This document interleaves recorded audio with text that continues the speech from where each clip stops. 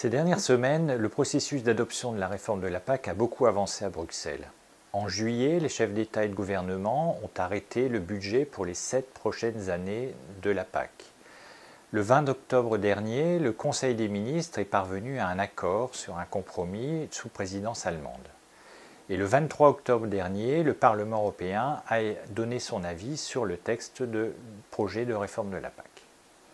Ce qui fait que maintenant nous avons une idée un peu plus précise sur la réforme de la PAC telle qu'elle sera appliquée. Globalement, Parlement et Conseil des ministres sont tombés à peu près d'accord sur le projet de la Commission européenne qui avait été mis sur la table il y a maintenant plus de 2 ans. La principale divergence porte sur les programmes climat-environnement. L'un, le Parlement européen voudrait qu'il représente 30% des aides, l'autre, le Conseil des ministres, voudrait qu'il représente 20% des aides. On voit que les divergences ne sont pas très importantes et donc on peut s'attendre à un accord entre ces deux institutions au début de 2021.